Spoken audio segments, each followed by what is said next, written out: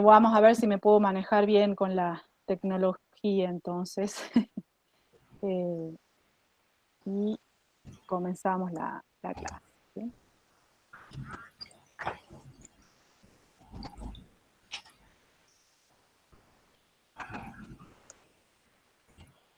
Bueno, yo les doy oficialmente la bienvenida al dictado de Historia Económica 2020. Nos toca hacerlos en una situación bastante excepcional, ¿sí? En este explosivo 2020, y por eso, digamos, quería comenzar la clase compartiendo una nota este, de reflexiones sobre lo que para mí puede ser la importancia de la historia económica. Y para eso traigo a colación a un historiador económico español, que es el que ustedes ven en la imagen, es su fotografía, fallecido el año pasado, para mí un excelente historiador, se llama Joseph Fontana, bueno, se llamaba porque murió el año pasado, ¿sí? Y les traje dos citas breves de reflexiones que él hizo sobre la importancia de la historia, la significación de la historia, y sobre eso quería que charlemos un poquito, ¿no? Bueno, Fontana nos dice lo siguiente: las concepciones del pasado están muy lejos de ser estables, puesto que se revisan constantemente de acuerdo con las urgencias del presente. La historia no es nunca un libro cerrado o un veredicto final. Está siempre en construcción. Cuando aparecen nuevas urgencias en nuestro tiempo y en nuestra vida, el historiador vuelve su foco examinando las sombras, sacando a primer plano cosas que siempre estuvieron allí, pero que los historiadores anteriores habían dejado al margen de la memoria colectiva. Nuevas voces surgen de la oscuridad histórica y piden nuestra atención. La gran fuerza de la historia es una sociedad en una sociedad libre, es su capacidad de autocorrección. Bueno, a mí me parecían sumamente significativas las palabras de este gran historiador, porque en una ocasión, un familiar, yo además de enseñar historia me dedico a investigar y a escribir temas de investigación de historia que creo son inéditos, y un familiar me dice, pero ¿qué estudias? ¿Qué investigás de la historia si en realidad la historia está toda escrita? ¿Para qué investigar más historia si los libros de historia ya están escritos, ¿no? Bueno, me parecía oportuna esta apreciación de Fontana, de una historia siempre en construcción, porque en definitiva nosotros miramos la historia siempre en función de lo que nos pasa en este presente, ¿sí? Y de esa manera, y siguiendo un poco ese criterio, es que la organización de los contenidos del programa han visto o pretenden de alguna manera explicar lo, lo que nos sucede hoy. Y esperamos que lo que nos está sucediendo, que nos tomó de sorpresa a todos, como esta pandemia, tenga algunos puntos de reflexión o podamos tener algunos puntos de reflexión también en el abordaje de historia económica y social 2020 para nuestros alumnos de la Facultad de Ciencias Económicas, ¿sí?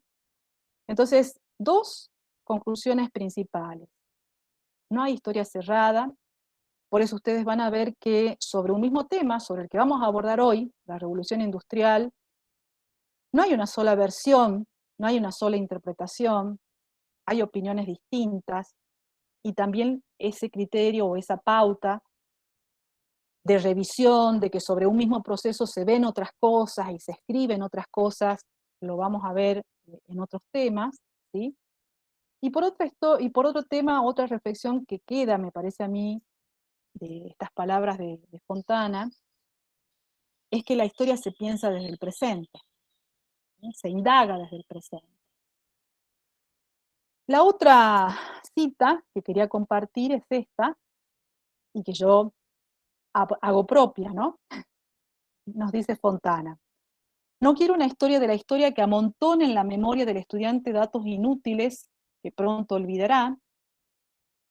Ustedes van a ver que nosotros no pretendemos que se acuerden nombres propios, fechas, ¿no?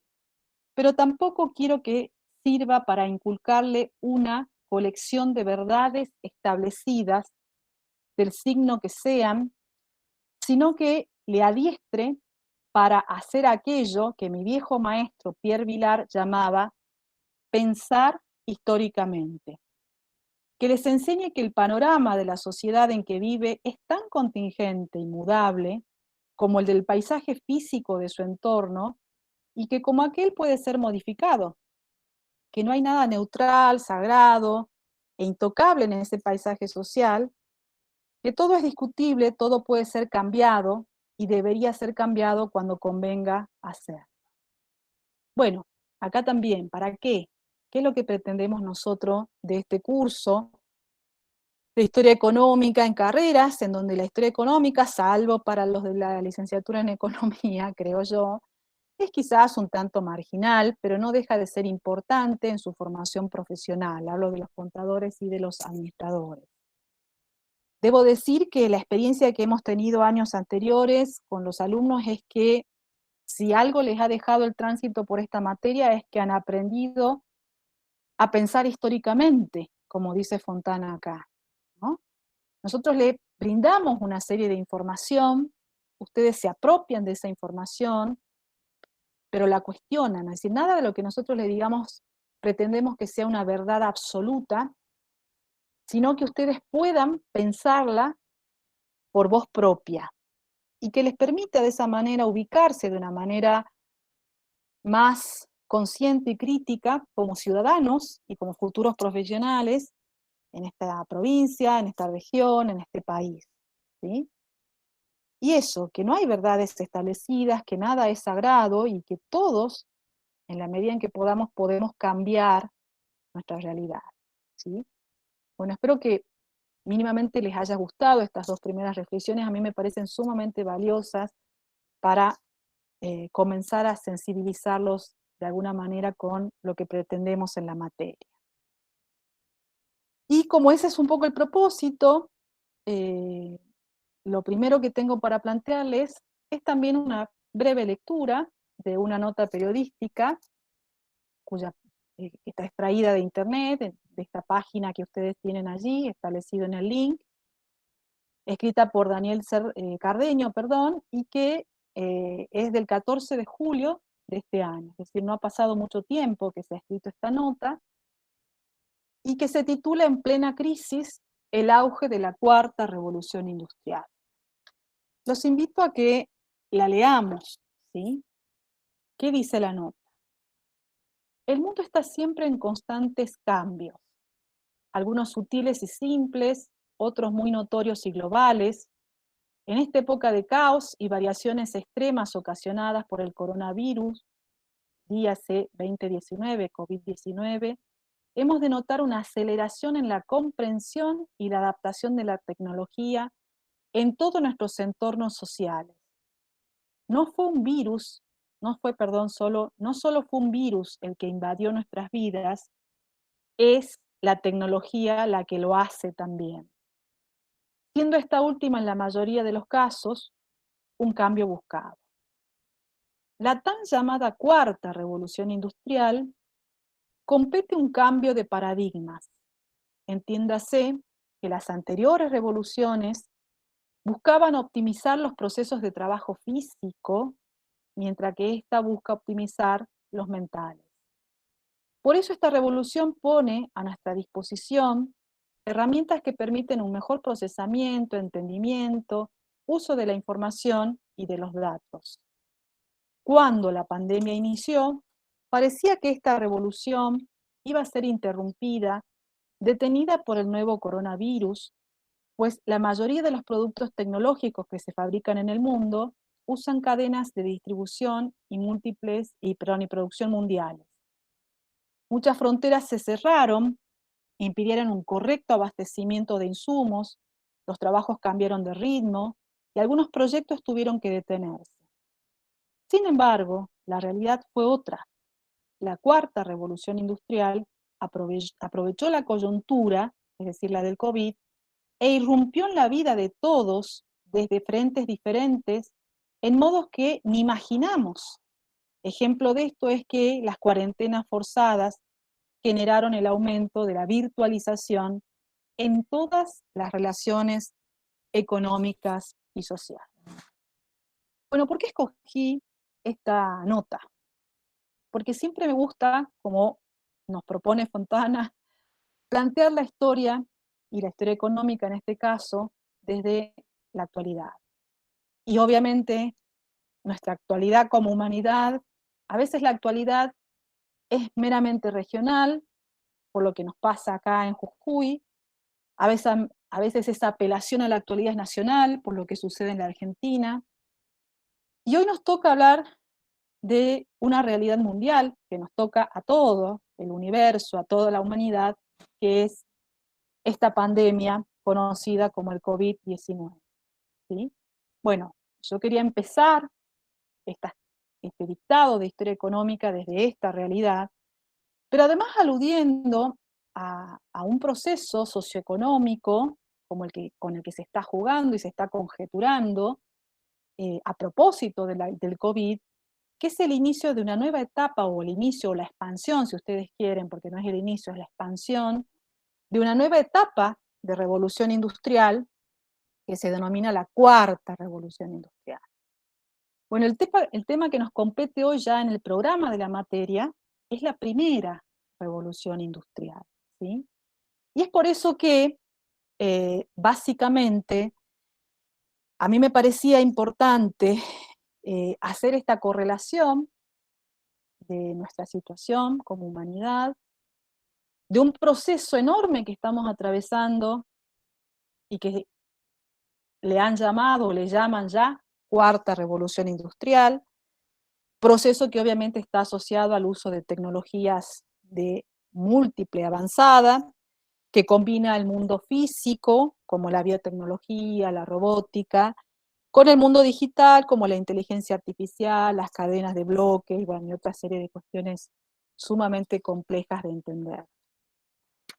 ¿Qué primera lectura de esto? Bueno, como humanidad, fíjense ustedes, 1700, ¿no? En esta línea de tiempo, hemos atravesado distintos procesos de revolución industrial. Es decir, ha habido distintas etapas de revolución industrial, ¿sí? Va a quedar a la vista, por lo que nos va a tocar ahora a nosotros vivir y lo que han vivido sociedades pasadas, que la primera, la segunda, la tercera y la cuarta revolución industrial reportan cambios trascendentales para la humanidad. Es decir, en cada una de estas etapas que ustedes tienen señalada en esta línea de tiempo, de las distintas o sucesivas revoluciones industriales que ha atravesado desde el siglo XVIII el mundo, la humanidad, esto ha trastocado modos de vida. Es decir, que lo que nos toca ahora ya ha sido experiencia, los cambios han sido otros, obviamente, pero han sido irrupciones muy complejas, ¿m? Que no solamente han tenido proyecciones sobre lo meramente económico, como aumentos de productividad, sino que hasta la cultura, la forma cotidiana de las personas, se ven o se han visto en estas sucesivas etapas de revoluciones industriales sumamente modificadas, y ha costado mucho tiempo adecuarse y estabilizarse a las nuevas pautas. Salvo la primera revolución industrial y la segunda revolución industrial, que acá están marcadas como con un siglo de diferencias, pero simplemente para representarlas en un gráfico. Profe, Sí, diga. disculpe, se quedó, lo que compartió se quedó en la primera filmina, no avanzó de más. No Ah, sé. será porque yo tengo... El profe, usted Ahí, dice que hay una línea de tiempo y no nos aparece a nosotros. ahí les aparece. Es que creo que tienen que compartir y así nos sale a todos la pantalla. A ver, vuelvo de nuevo, porque yo la puse desde Drive, pero, a ver, veo otra forma.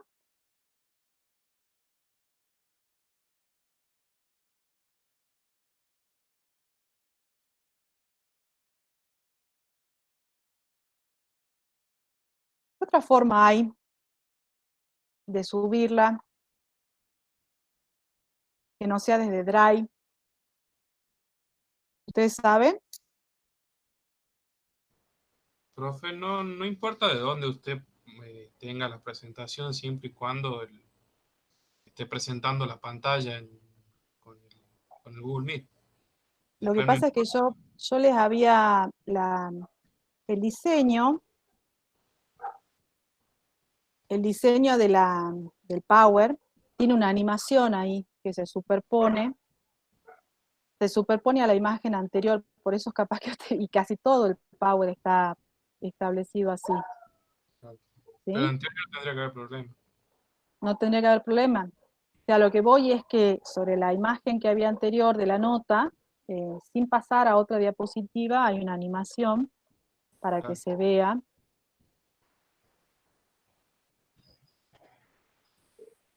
Profe, ¿no tendría que poner como presentación o algo Claro, así? tendría que poner a correr la animación, el Power, digamos, como Sí. presentación. Y ya le aparecería todo, digamos, como si estuviera en clase directamente. Y nos aparecería lo mismo a nosotros. Ahí en el A ver, borde superior derecho dice presentar al lado de compartir. ¿me indicás? Está la C de su nombre, de Cecilia, al borde superior derecho, en verde. ¿Por ahí? La sede dice. Sí, estás Bueno, al lado dice presentando. compartir y al lado dice presentar. Ahí. Entonces, estás presentando y nada más. Estás presentando para todos En el Google Drive, profe, arriba. Tiene que en poner el Google presentar. Drive. Claro. Sí, ahí arriba les dice compartir con amarillo oscuro y al lado dice Ah, presentar. bien, no está Ahí. puesto. Bien, ahí lo encontré. Donde dice Vieron que presentar, tiene que poner ahora, hacer. ahora lo puse, sí, sí, sí. A ver No, si ahora sale ahí. ese no. En presentar, profe. Al lado, el A botón que ver, está el que está al Al lado. lado donde dice compartir, profe, dice presentar. Dice presentar. ahí. Es.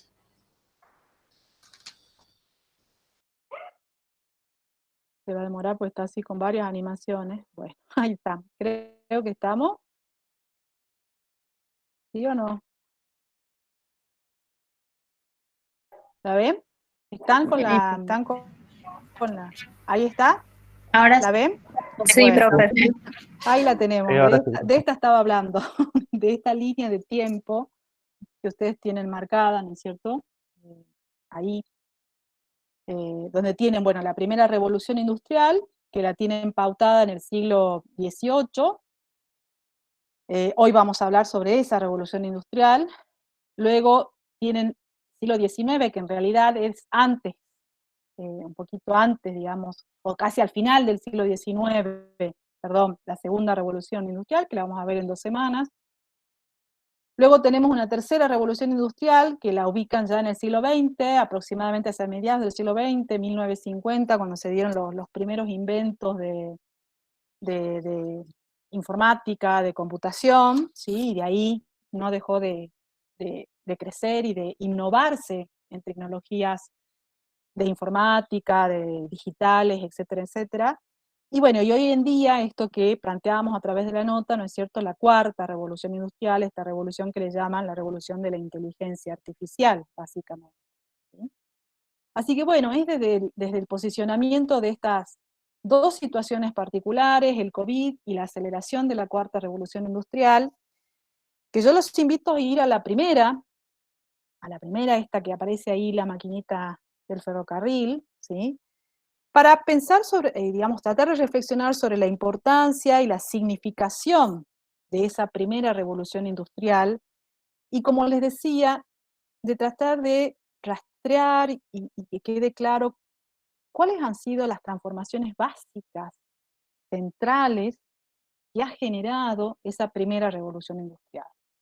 Es decir, cada una de estas instancias han supuesto modificaciones sustanciales, no solo en las economías, sino en la forma de vida de cualquier ser humano. Y entonces la indagación va a ir a esa primera revolución industrial. ¿Sí? Entonces nos interesa a partir de esto, o por lo menos tratar de reflexionar sobre cuál es la importancia y la significación histórica de la primera revolución industrial. Esto corresponde a la unidad número 1 del programa, que se llama El desarrollo del capitalismo en el siglo XVIII y XIX, la revolución industrial, 1780-1850, y que tiene estos tres ejes de análisis, tal cual está enunciado en el programa, ¿sí?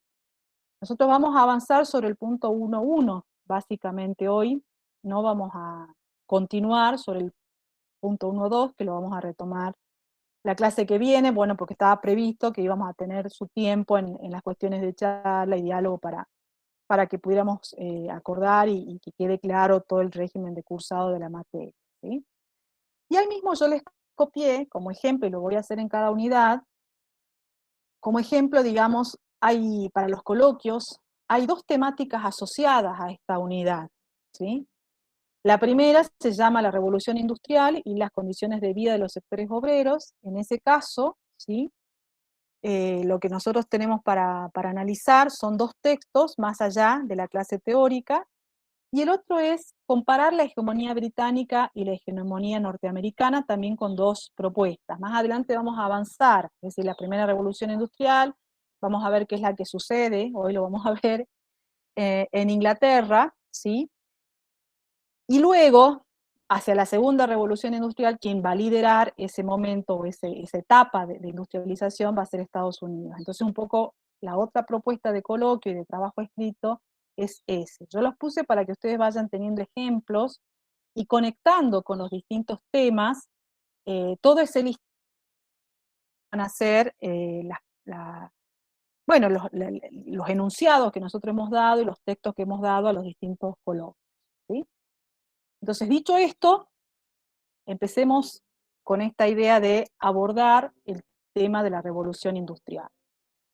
Entre la clase de hoy y la clase de una primera parte o una parte de la clase de la semana que viene, el itinerario que propongo recorrer sobre el tema es este, la importancia y la significación de la primera revolución industrial, el hecho de explicar por qué Inglaterra fue la sede de la primera revolución industrial, es decir, qué precondiciones reunió ese país para que allí se diera este estallido de industrialización tan fuerte. Un tercer tema que tiene que ver con las interpretaciones. Les decíamos, como reseñando a Fontana, que no hay verdades establecidas y que la historia se reescribe. Bueno, acá vamos a ver que hay diferentes formas de entender la revolución industrial. En el cuarto punto, que es hasta donde vamos a llegar hoy, mercado y consumo, es decir, como dos variables sumamente importantes también para que se desarrolle este proceso de revolución industrial. Y nos va a quedar pendiente para la clase que viene una caracterización general de esta revolución en los aspectos tecnológicos, productivos, empresariales y laborales, y también dar un espacio específico a uno de los símbolos de la revolución, que fue el ferrocarril, ¿sí? Bueno, pasamos entonces al primer punto, que es, o que intento resolver, este desafío de señalar algunos de los aspectos que le dan un significado especial a este proceso de la primera revolución industrial, ¿sí? Cuando nosotros hablamos de la primera revolución industrial, hacemos referencia a un despegue fabril, en el sentido de un despegue de las fábricas, experimentado en Gran Bretaña, en el último cuarto del siglo XVIII, es decir, hacia 1600, finales de 1600, y el siglo XIX, comienzos del 1800, ¿sí? La revolución industrial y el estudio de este proceso histórico, lo que posibilita es la comprensión de los inicios del régimen socioeconómico en el que vivimos hoy. Es decir, la revolución industrial habilita el funcionamiento a pleno del sistema capitalista. El mundo global en el que vivimos está inmerso en ese sistema, y podemos decir que si bien no es la fecha de nacimiento, porque es un proceso que se teje a más largo plazo, el siglo XVIII, el capitalismo domina y se instaura como sistema dominante a partir de la revolución industrial. Por eso es tan importante, ¿sí? Porque es el que le da fundamento y pie para que el sistema en el que todavía nos vemos inmersos, con todas sus contradicciones, con todas sus problemáticas, el sistema económico me refiero, en el que vivimos hoy, surja entonces en ese momento. Pero además, como consecuencia de esa primera revolución industrial, se empieza a establecer un orden mundial que es básicamente el orden mundial actual, ¿sí? ¿Por qué? Porque el despliegue industrial de algunas potencias europeas, primero Gran Bretaña y después en la segunda revolución industrial Alemania, Bélgica, Holanda, ¿sí? Francia y fuera y fuera de Europa Estados Unidos y más tardíamente Japón, van a convertirse, digamos, en potencias o en economías dominantes en este mundo, generando un panorama de diferenciación, de divergencias en los funcionamientos económicos de lo que llamamos los países centrales. ¿Sí? Si yo pudiera hacerles esta pregunta en forma presencial, les diría, a ver, ¿cuáles son los países centrales y por qué son? Lamentablemente la virtualidad no nos habilita tanto para la respuesta cuando somos tantas personas, pero bueno, los países centrales son ¿cuáles? Básicamente los países industrializados. Y sabemos que el orden mundial, de alguna manera, o el funcionamiento del orden mundial está pautado por esos países, ¿sí? Que pueden ser el grupo 8, que le podemos dar los nombres, que no son distintos a cuáles, a quienes, digamos, se suben al tren de la industrialización que empieza con esta primera revolución industrial. Por eso, la revolución industrial fue también un fenómeno que permitió diferenciar áreas del mundo en áreas altamente industriales, desarrolladas, con pleno crecimiento, y en otras áreas, en las que lamentablemente estamos los argentinos, que, digamos, no han, digamos, si bien se han visto tocados, porque la revolución industrial, vamos a ver que es un fenómeno que afecta a todos, pero nos tocó participar de ese proceso desde otro lado, que no es el de una plena industrialización. Entonces, nuestro país, como muchos otros del tercer mundo, subdesarrollados, como ustedes le quieran llamar, todavía tienen pendientes esos desafíos de desarrollo industrial que no han conseguido los países centrales. Entonces ahí también radica una de las principales significaciones de la revolución industrial. Y una más que me parece importante de mencionar y que también le da importancia fundamental a este proceso económico y social, es que esta revolución va a significar una clara ruptura con el pasado, ¿sí? Decíamos recién, cuando reflexionábamos sobre la cuarta revolución industrial, que esa cuarta revolución industrial o cualquiera de las que le precedieron han significado trastocamientos muy grandes de lo que había previamente. Bueno, en el caso de esta primera revolución industrial, la ruptura se dio ¿con qué? Con el orden feudal, que era el orden que le precedía, el orden que todavía estaba establecido y que de alguna manera estaba presente hasta que se desata la revolución industrial.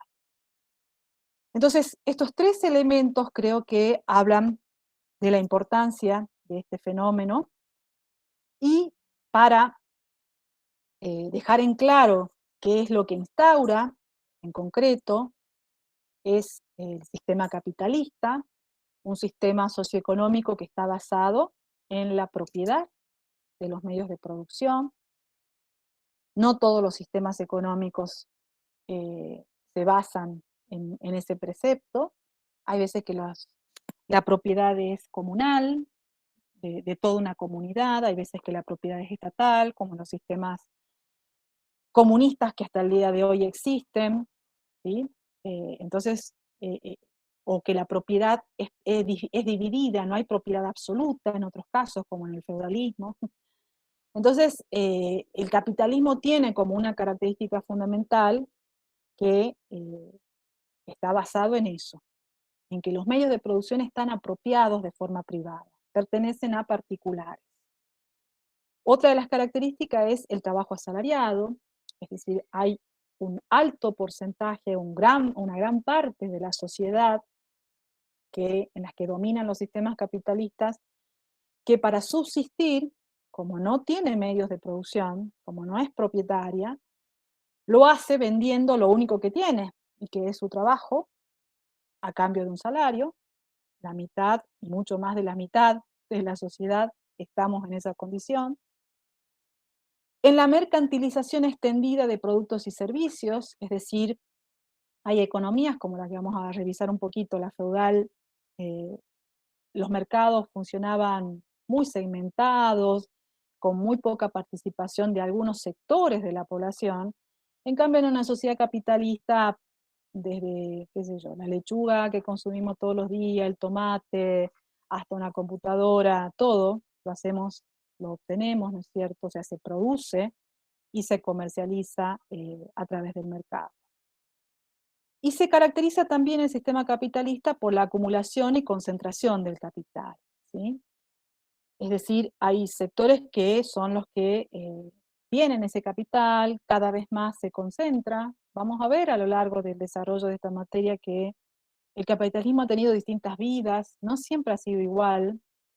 Ha habido un capitalismo más democrático, si ustedes quieren, que sería el que estuvo asociado al estado de bienestar después de la Segunda Guerra Mundial, lo vamos a analizar bien en concreto.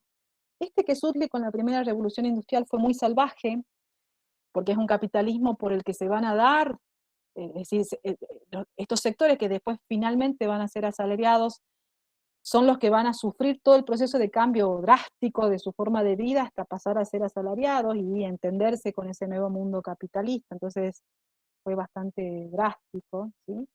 Y bueno, el capitalismo que vivimos hoy sí, creo que tiene produce enormes desigualdades sociales, produce enormes desigualdades sociales y regionales, ¿no? Esto que decíamos al comienzo. Hay un mundo de países centrales que en cierta medida marcan la vida del resto de la Tierra. Esos países centrales pautan un poco cómo va a ser los ritmos y las reglas de juego en este mundo global de los que no son países centrales, ¿no? Entonces, les decía esto, ¿no? El capitalismo ha tenido distintas vidas desde el siglo XVIII, en que se instaura y domina con la revolución industrial.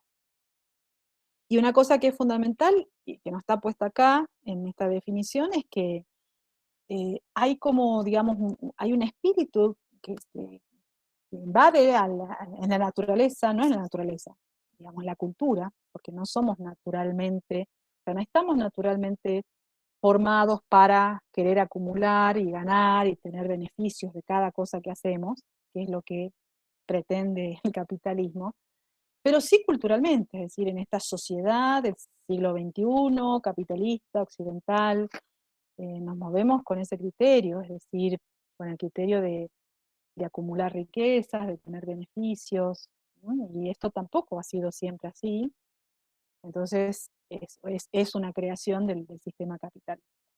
Bueno, y este sistema, como vengo diciendo, se desarrolló y se empieza a consolidar con el despegue de la industrialización británica a fines del siglo XVIII.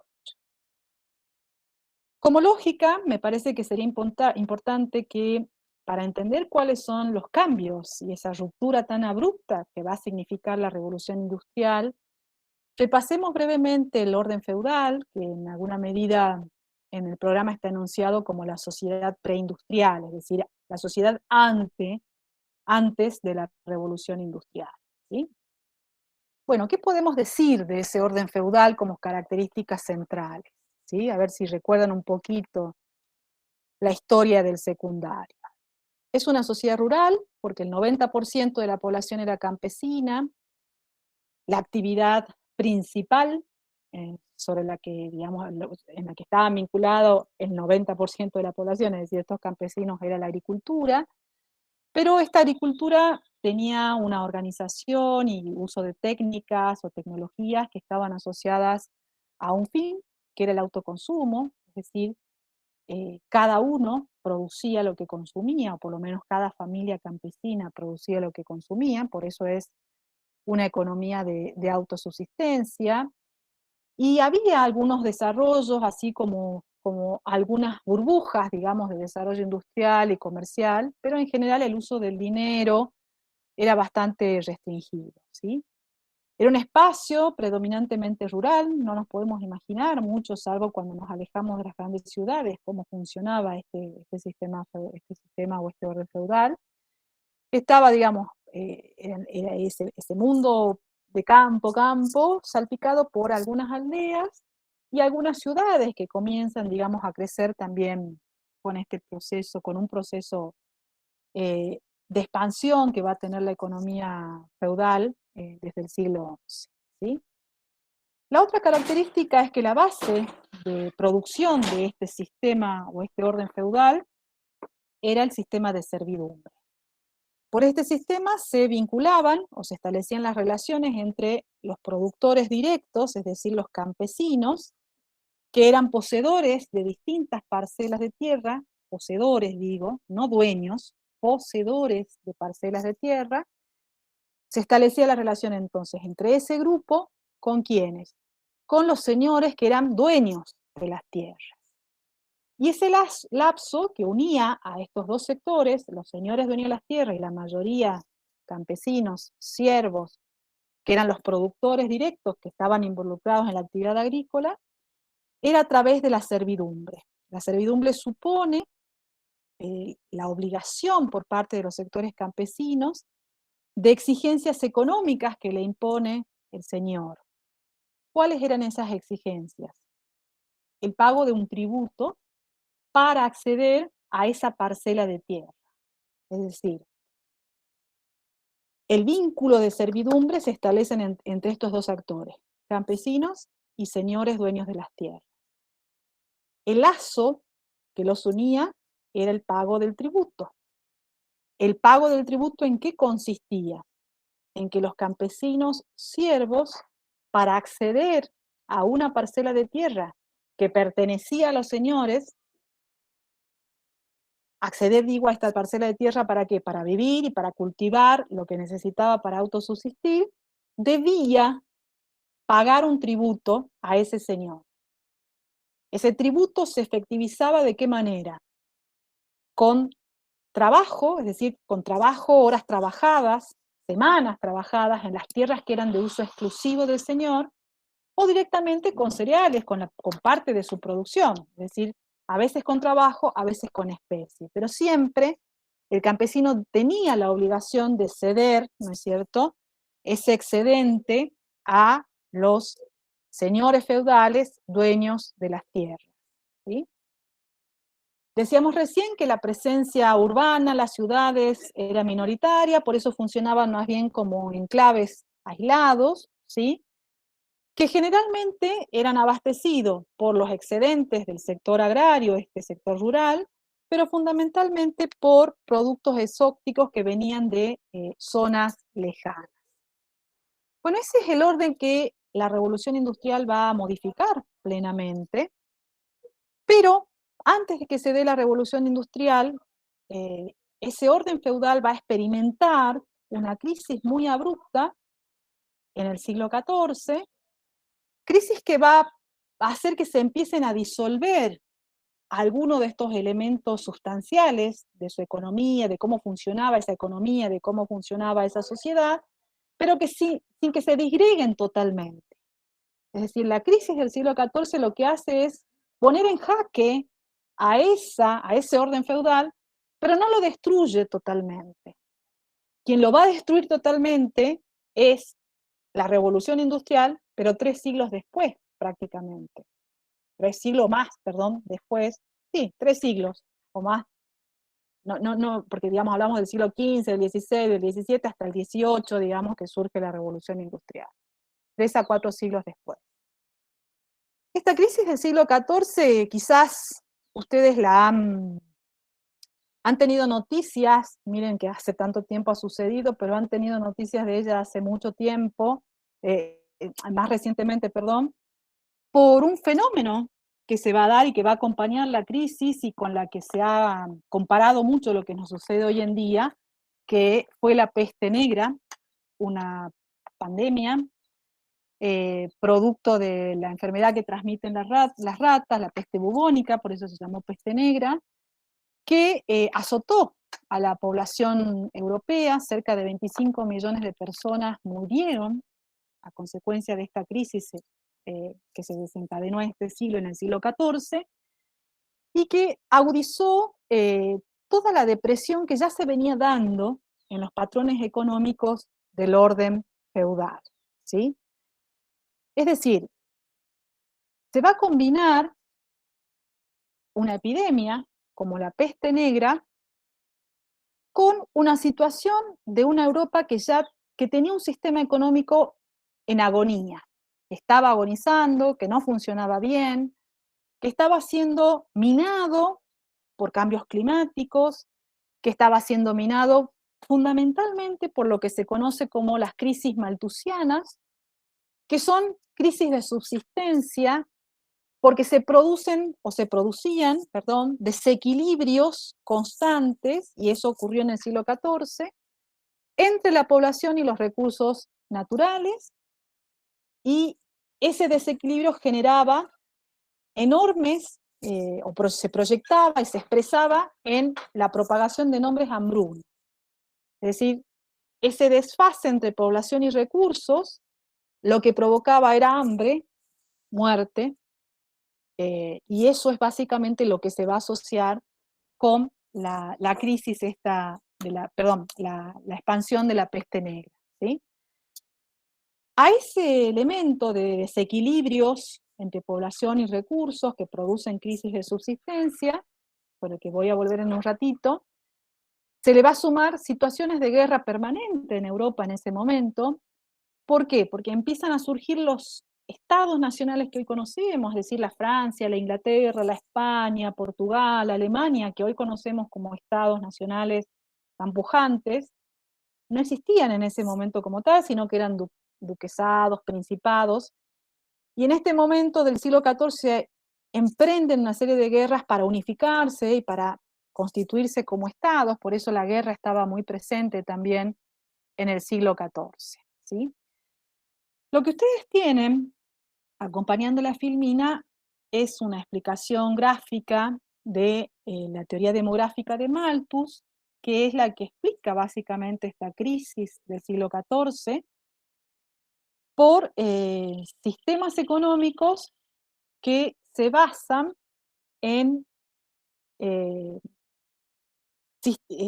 se basan en un nivel de productividad, en un nivel tecnológico, en donde la producción de los recursos, a medida que se van roturando nuevas tierras o se van implementando algunas nuevas técnicas, permite una progresión aritmética.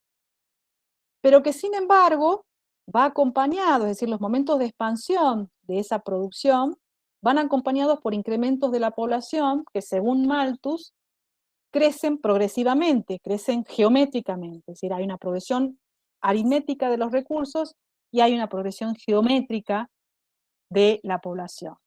Entonces, en algún momento, el crecimiento de la población no es acompañado por el crecimiento de la producción, de los recursos, en este caso de los alimentos, y ahí entra en la zona de conflicto que produce esas crisis de subsistencia y que se manifiesta con hambre, porque no hay suficiente alimentos para, digamos, abastecer a esa población. Bueno, lo que se experimenta en esta crisis del siglo XIV es precisamente una crisis de subsistencia sobre la que va a actuar la peste negra y va a agravar la peste negra. Es decir, no podemos decir que la peste negra haya sido la causa de la crisis del siglo XIV, pero la peste negra entró en una sociedad o, digamos, irrumpió en una sociedad con sobrepoblación respecto de los recursos disponibles y eso, digamos, va a minar lo que eran las bases de la economía feudal. ¿Por qué? Porque va a producir muerte, ¿sí? Va a crecer muchísimo la mortalidad.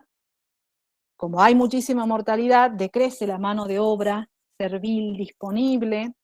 Eso se manifiesta a su vez en un golpe severo a la economía, digamos, de autosubsistencia y a la economía de transferencia que hacían los campesinos hacia los señores feudales, ¿sí? La cuestión es que la epidemia no va a ser un factor aislado, es decir, la peste negra, como creo yo, es el COVID hoy en día, no fue o no actúan como factores aislados, sino que se enmarañan con los factores socioeconómicos, culturales, en donde, digamos, se manifiestan estas epidemias, como ocurrió en el siglo XIV. Bueno, la revolución industrial lo que va a hacer es permitir terminar con esas crisis de subsistencia y en cierta medida va a hacer caer la teoría demográfica de Malthus, porque la revolución industrial lo que va a permitir es un incremento de la productividad con desarrollo tecnológico, de superabundancia, en donde los crecimientos de la población ya no se van a ver nunca más amenazados por la disponibilidad de los recursos. Sin embargo, hoy hay hambre, sin embargo, hoy hay mortalidad por hambre, pero la causante es otra, ¿sí? No, creo que no es por una falta de bienes y servicios producidos, de una multiplicidad de bienes y servicios producidos, sino por la distribución de esos bienes y servicios producidos, ¿sí?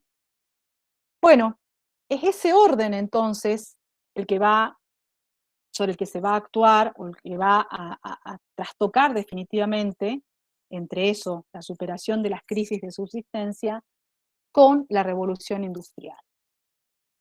En la salida de esta crisis, Gran Bretaña va a vivenciar una serie de paulatinas, paulatinas significa que son leves y en el largo plazo, no inmediatas, no que irrumpen así de un momento, de un día para otro, paulatinas transformaciones.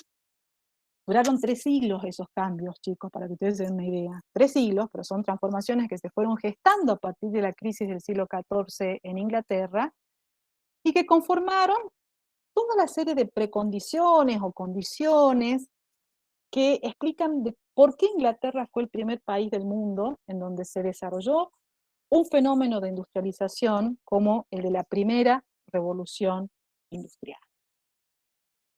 Y ese es entonces el siguiente punto que vamos a analizar, ¿sí? ¿Cómo vamos hasta ahora? ¿Clarito? 48 por lo que veo, somos los que seguimos acá. No, 65 aparecen, sí, 65. Bueno, ¿cómo vamos? ¿Se ha entendido hasta ahora? Profe, ¿Sí? ¿Sí? lo de enclave, Judith, sí. ¿a qué se refiere?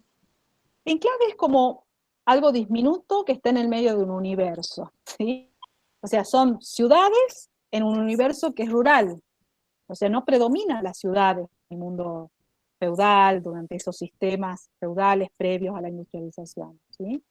Lo que predomina es un universo, una sociedad, un paisaje rural. Las ciudades son las menos, las ciudades son chiquitas, son pequeñas, y salpican ese paisaje predominantemente rural. Esa sería un poco la respuesta, ¿sí? Gracias, profe. ¿Otra pregunta que quieran hacer? Entonces, retomando brevemente, lo que hemos hecho hasta ahora es explicar el primer punto que yo les proponía del itinerario a recorrer sobre el tema, que es la importancia y la significación de la primera revolución industrial, asociada al nacimiento del capitalismo, asociada al ordenamiento del mundo actual, con países desarrollados y países subdesarrollados, y importante, ¿por qué? Porque va a derrumbar un modo de vida, una economía, un sistema previo, que es el orden feudal, y lo que hemos hecho es tratar de explicarlo muy brevemente a ese orden feudal, y cómo ese orden feudal comienza a diluirse a partir de la crisis del siglo XIV y desata una serie de transformaciones a muy largo plazo, que son las que va a reunir Inglaterra, para que aquí se dé la primera revolución industrial, y ese es el tema entonces con el que vamos a continuar, ¿sí? Entonces, pasamos a esa segunda parte, Inglaterra y la primera revolución industrial, precondición. Lo que nos interesa entonces es explicar ¿Por qué? Fue este el primer país industrial en el mundo.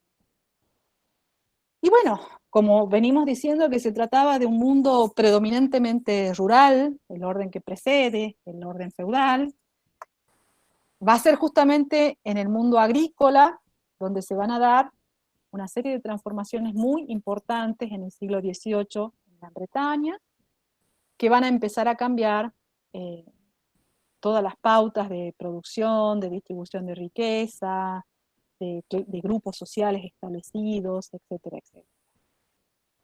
etcétera. Para eso vamos a retomar una cita de un autor que se llama Erich Hobsbawm, que está citada en la propia bibliografía que ustedes tienen para consultar, y que dice que hacia el siglo XVIII la agricultura, refiriéndose a la agricultura inglesa, estaba preparada para cumplir 3 funciones fundamentales en una era de industrialización. La primera, aumentar la producción y la productividad para alimentar a una población no agraria en rápido y creciente aumento. Recuerden eso. El campo inglés podía, ¿sí?, a través de los niveles de producción que logró en el siglo XVIII, alimentar a la población que ya está en la ciudad y que crece constantemente. Segundo, proporcionar un vasto y ascendente cupo de potenciales reclutas para las ciudades y las industrias. Es decir, que desde el campo van a surgir los potenciales trabajadores de la industria, ¿sí? Y tercero, suministrar un mecanismo para la acumulación de capital utilizable por los sectores más modernos de la economía. Es decir, esas transformaciones que se van a dar en Inglaterra en el siglo XVIII van a permitir que haya un sector económico que se beneficie muchísimo de esos cambios y que le permita disponer de capital, acumular riqueza, para después transferir hacia otros sectores de la actividad económica, ¿sí? Bueno, hay 2 procesos fundamentales para señalar y explicar esas nuevas pautas que está señalando Hobsbawm en el campo inglés. Lo que se llamó el proceso de los cercamientos y la revolución agrícola. Por procesos de cercamiento hacemos alusión a un conjunto de operaciones que lo que va a hacer es modificar una comunidad rural que hasta ese momento estaba subdividida en numerosas parcelas de terreno que tenían diferentes dueños, que tenían diferentes poseedores, cultivadores, ¿sí? Pero que jurídicamente eran propiedad de más de una persona o de varias personas, ¿sí? Esas operaciones van a modificar esa estructura, vuelvo a decir, de subdivisión del campo, de superposición de dueños, de ocupantes, sin títulos, abiertos, campos abiertos, por una nueva unidad que se une en una entidad y que va a estar rodeada y demarcada a través de un límite que va a ser un cerco, de lo que ustedes quieran, de alambre, de palos, de lo que sea. Pero el cercado, lo que nosotros vemos hoy cuando transitamos, nos vamos de viaje al campo y vemos que de un campo a otro hay división por un cerco, no existía en la Europa medieval, en la Europa feudal. Esto va a ser producto de una ley que va a dictar el Parlamento inglés, o de sucesivas leyes, perdón, que va a dictar el Parlamento inglés, que se llaman las leyes de cercamiento, y lo que va a hacer es obligar a todos esos ocupantes, a todos esos dueños que no tenían dueños o subdueños y a su vez otros dueños, pero que no estaba muy claro quién era el dueño de esas tierras, ¿a qué? A regularizar esa situación jurídicamente, a establecer claros títulos de propiedad privada, ¿sí? Y acercarlos. A decir, esto es propiedad privada de acá hasta acá, y marcarla físicamente a esa propiedad privada con vallas de alambrado, de cerco de palos, de lo que sea. Es decir, lo que van a hacer los cercamientos, básicamente, va a ser establecer la propiedad privada. que antes tampoco existía en el ordenamiento feudal, ¿sí?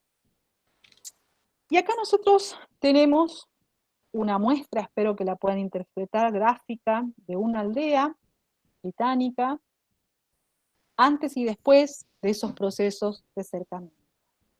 Open field, hacia 1700, son los campos abiertos que había antes de que se generalicen estas operaciones que habilitaban las leyes de cercamiento, ¿sí? Donde ustedes observan que hay demarcaciones naturales, ¿sí?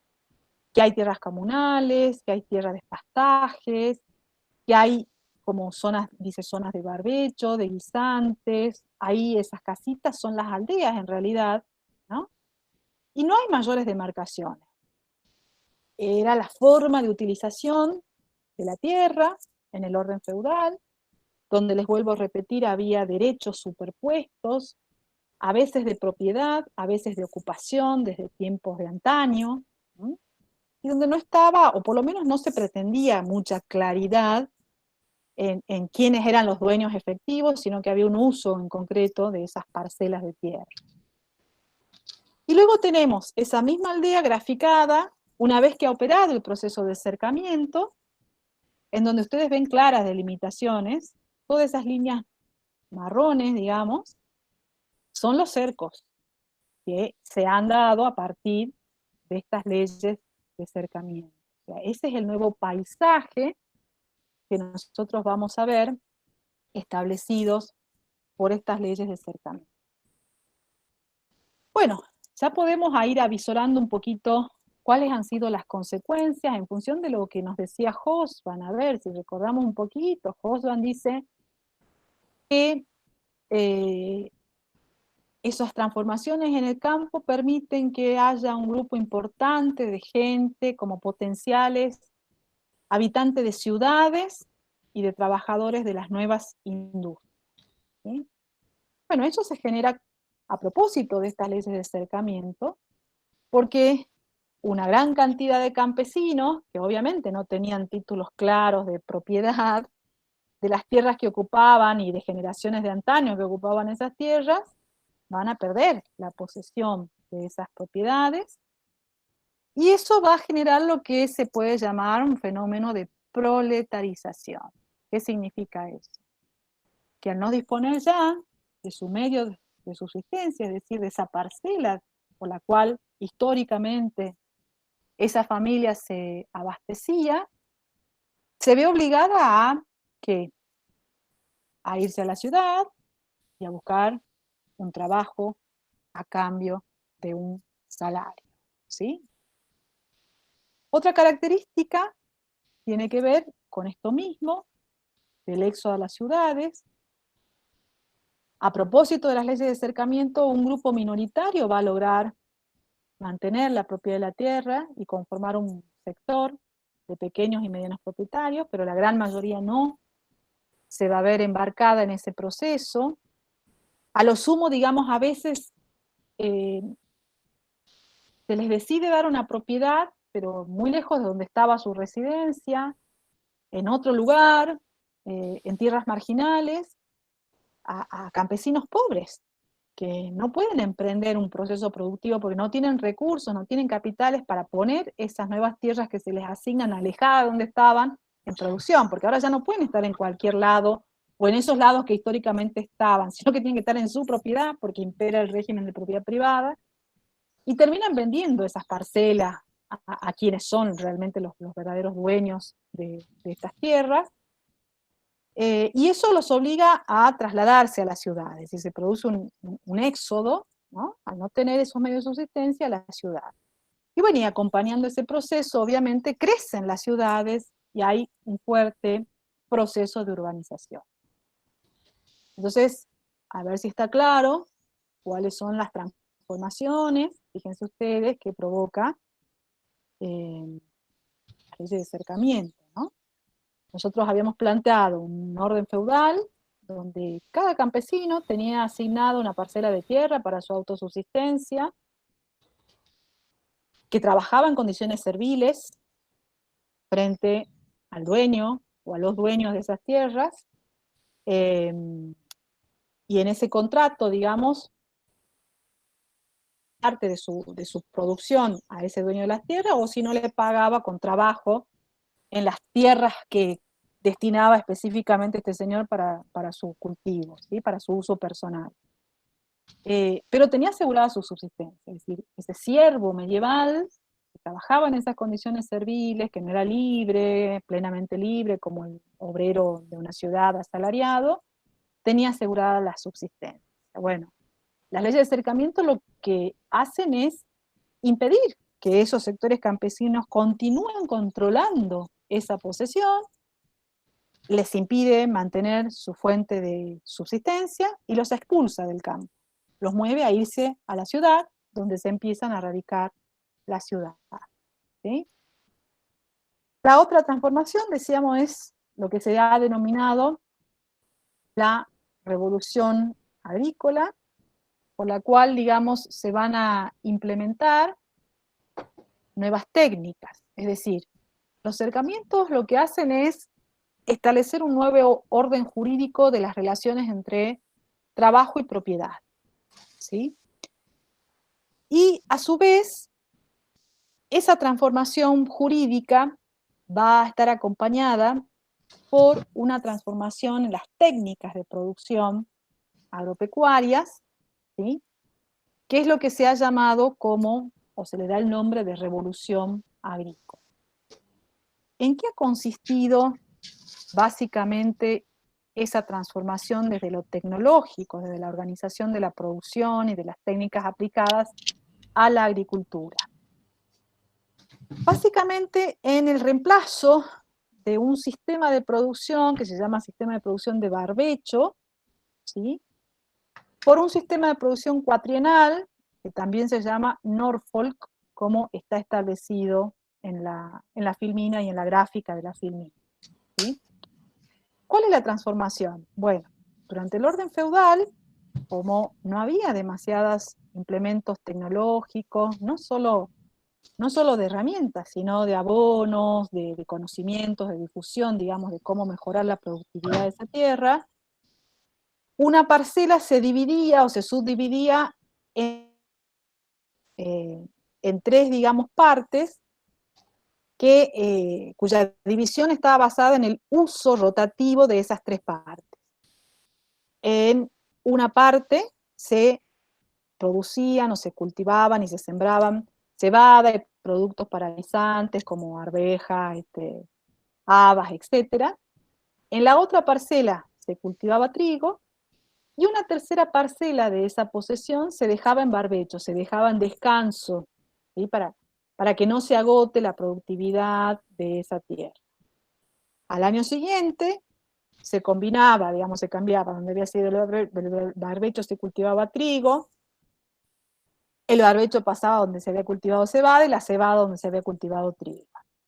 Bueno, esa lógica es la que se va a abandonar en esta revolución agrícola del siglo XVIII, introduciendo la rotación cuatrienal, donde la novedad va a ser la difusión de la agricultura basada en la alternancia con terrenos o fracciones de esas tierras destinadas a pastos para el desarrollo de la ganadería. Es decir, lo que se va a ver con esta revolución agrícola es que va a haber una integración entre la producción ganadera y la producción agrícola. Como ustedes observan en la otra gráfica del Norfolk, no hay tierras en barbecho, es decir, no hay tierras en descanso, no se dejan tierras en descanso. El descanso se lo dan con el cultivo del trébol, de la hierba, para alimentación del ganado. Entonces hay una integración y un uso de la tierra a pleno en todo el año, y no se deja nada, digamos, sin poner en producción. Bueno, esa transformación va a ser sumamente importante porque, básicamente porque va a aumentar la productividad. Y eso se va a traducir en la posibilidad de una fuente de alimentos mucho más extensa de la que había habido en el orden feudal. Es decir, esto que reseñamos, ¿no es cierto?, con la teoría de Malthus, de que según su teoría, en algún momento la población sobrepasaba los recursos con los medios técnicos que había en las economías medievales, en la economía feudal, con esta revolución agrícola se van a ver superados, con esa transformación y ese uso integrado de la tierra, porque lo que se va a permitir es un aumento constante de los bienes alimenticios principalmente, ¿sí?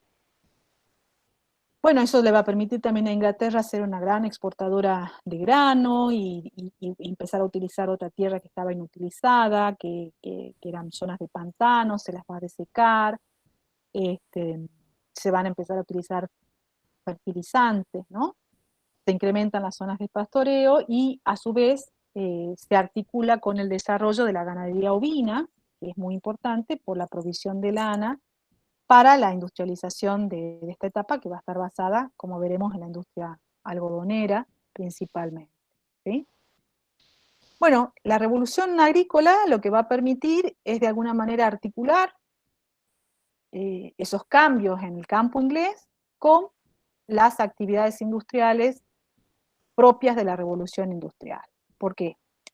En primer lugar, el aumento del volumen de la producción agrícola va a estimular la industrialización, por ejemplo, de materias primas, es decir, van a surgir las industrias alimenticias, los molinos, las cervecerías, las destilerías, etc. ¿Sí? Es decir, los bienes de consumo de algunos alimentos van a empezar a estar procesados en industrias molineras, cerveceras, destileras, etc. Los cercamientos también van a permitir el incremento del desarrollo de las industrias, digamos, de herramientas, de los propios instrumentos de cercado, digamos, de las mallas, etcétera, etcétera.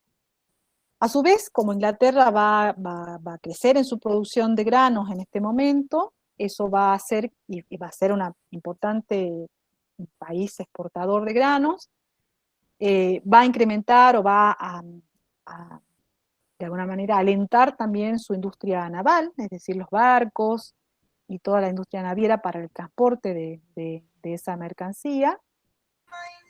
Y hay nuevas lógicas de acumular riqueza y nuevas técnicas, aumentan la productividad del trabajo, lo que les decía recién, ¿no? Y como consecuencia va a aumentar o va a ascender el porcentaje de población que va a descender ahora el porcentaje de población que produce sus propios alimentos. Este es un cambio, creo yo, fundamental con lo que sucedía en el orden feudal. Si nos ponemos a pensar, ¿sí? Lo que produce la revolución agrícola y los cercamientos es que una gran parte de la población británica deje de producir sus alimentos, que los pueda conseguir por otro lado y no se muera de hambre, porque hay disponibles, porque hay un aumento de la producción de esos alimentos, y que a su vez los pueda comprar, digamos, por el trabajo asalariado al cual se va a asociar después en las ciudades y en las industrias, ¿sí? Si recordamos la última significación que le daba Hobsbawm a estas transformaciones en el campo inglés, él decía de que esos cambios también habían sido una instancia importante de acumulación del capital utilizable para otros sectores económicos, ¿sí?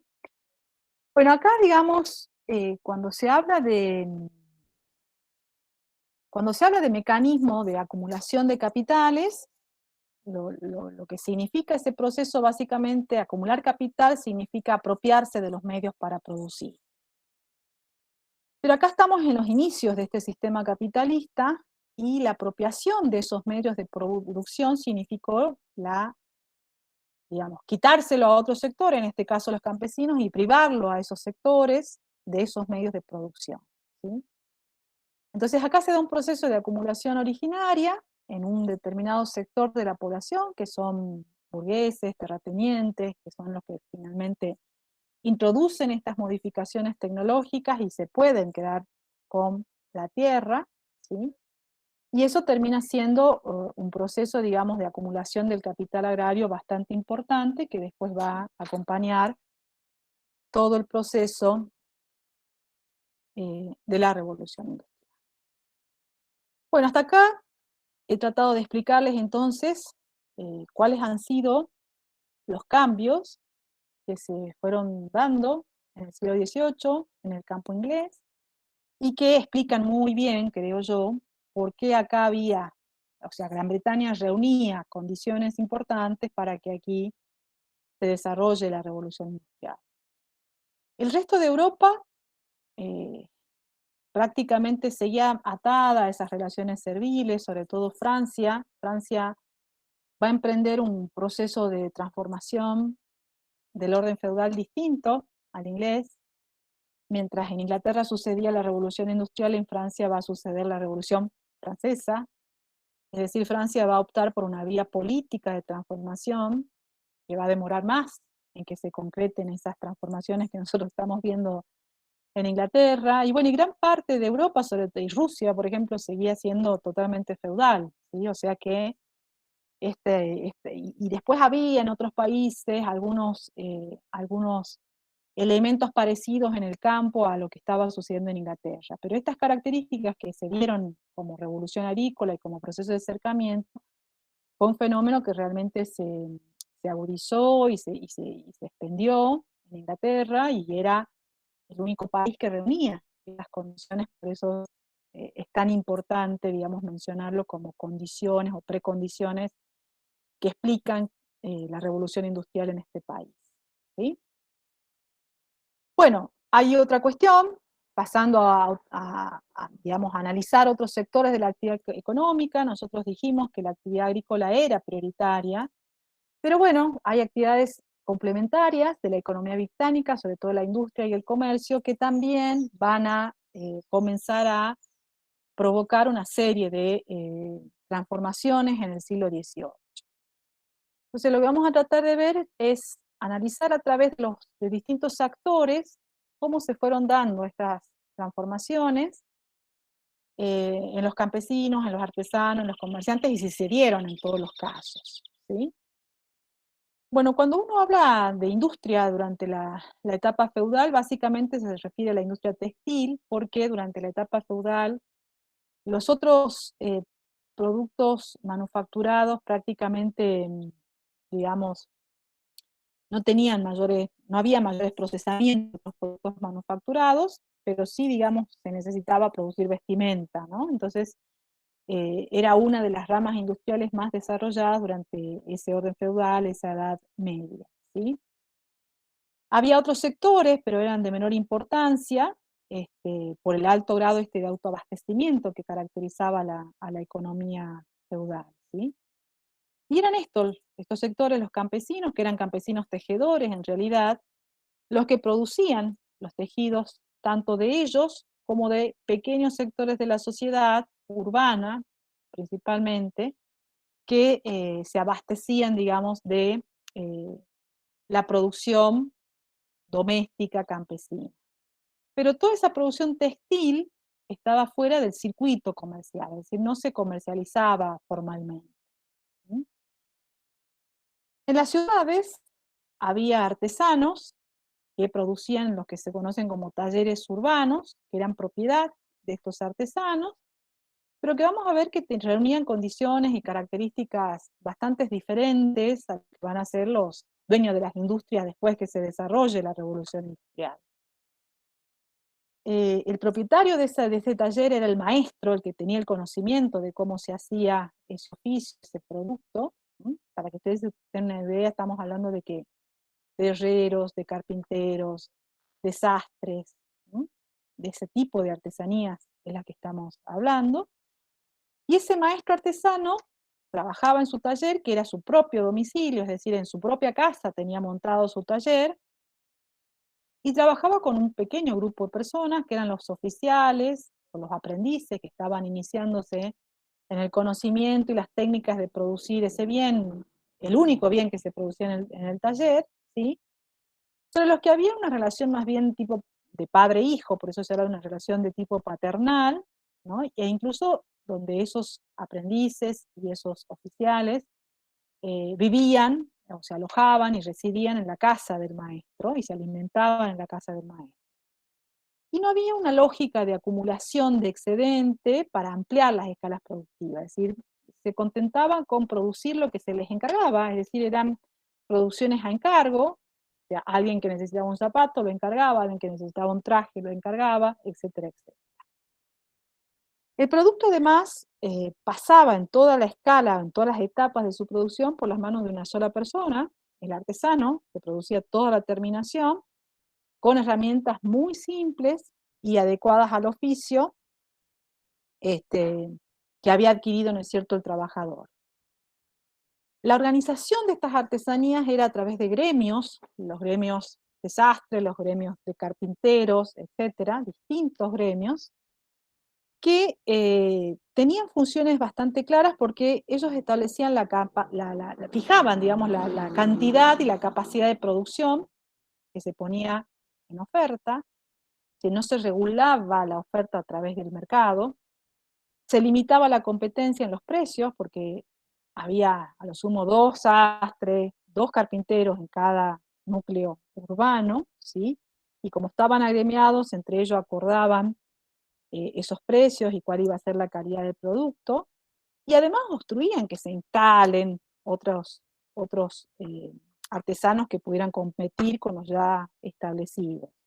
De esa manera se restringía el acceso al mercado y trataban de controlar monopólicamente todo el ciclo de venta de los bienes que producían esas artesanías a través de la lógica gremial, ¿sí?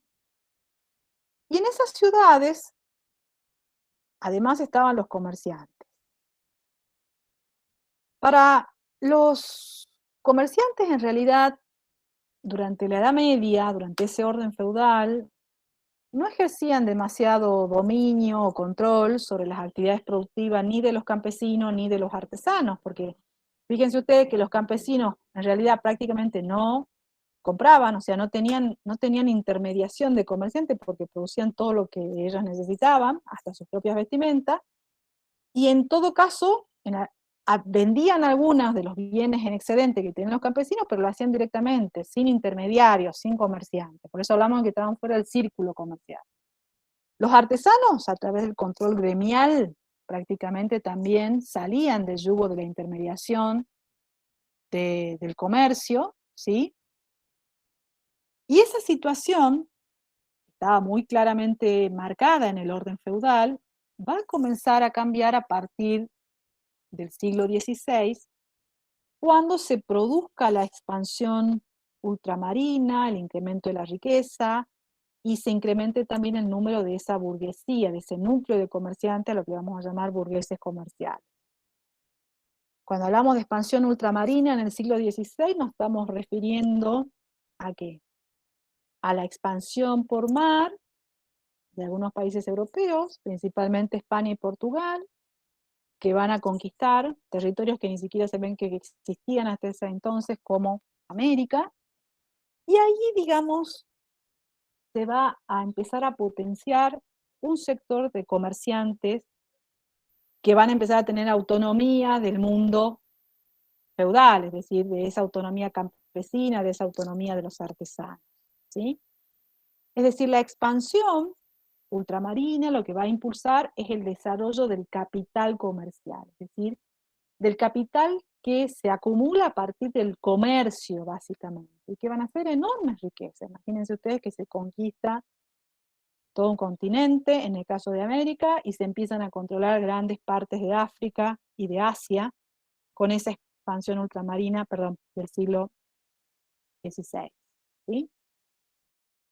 Entonces, estos comerciantes empiezan a transformar su rol tradicional en el mundo rural y van a empezar a introducir otras formas de relaciones laborales, desplegando otras estrategias de vinculaciones con los productores y los señores de las tierras, y muchos productos textiles van a empezar a ser elaborados por los campesinos en su domicilio, pero ya no van a ser su propiedad, como veíamos que imperaba en la época feudal, sino que van a ser propiedad de los mercaderes. ¿Qué es lo que quiero decir con todo esto?